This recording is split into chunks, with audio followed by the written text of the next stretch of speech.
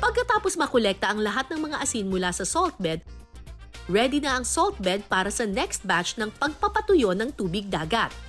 Kaya ang susunod na challenge, maglalagay naman kami ni Ara ng tubig dagat sa banigan o salt bed.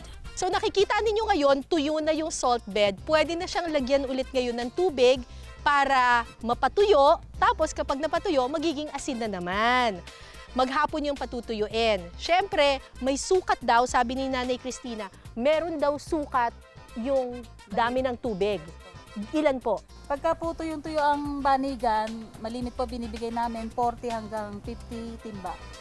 40 hanggang 50 timba. As in talagang punong-puno yung timba. Po.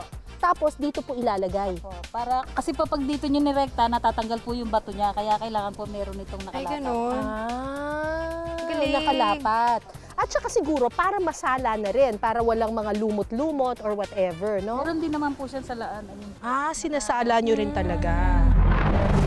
Sa round 2 ng ating Kusina Battle Asinan Edition, maglalagay kami ng 30 balde ng tubig dagat sa salt bed na naka-assign sa amin. Ang rule dito, dapat puno at eksakto ang sukat ng bawat baldeng ibubuhos.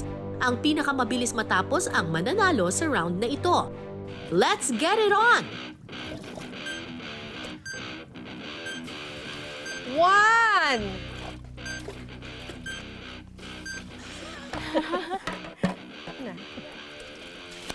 4? Ilang minuto to? Depende, hanggang makabuo ka ng 30. Ay, ganon.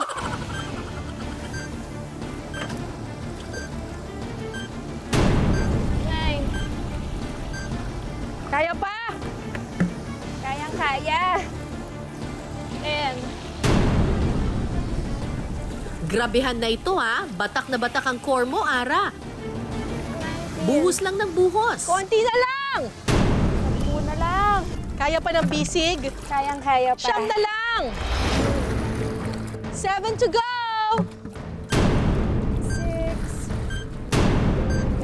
1. Yay! Mahirap pala gumawa ng asin. Now, it's my turn.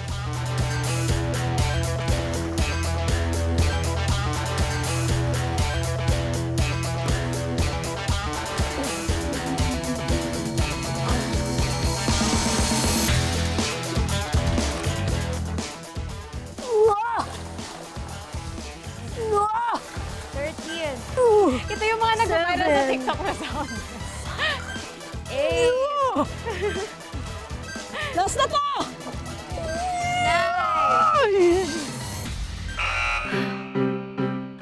Para akong mangangana.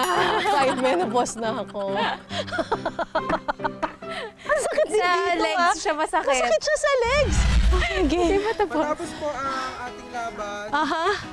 si Ara ay nakakuha ng 3 minutes and 28. Tagal? Okay. Ang Kara ay nakakuha ng 3 minutes and 6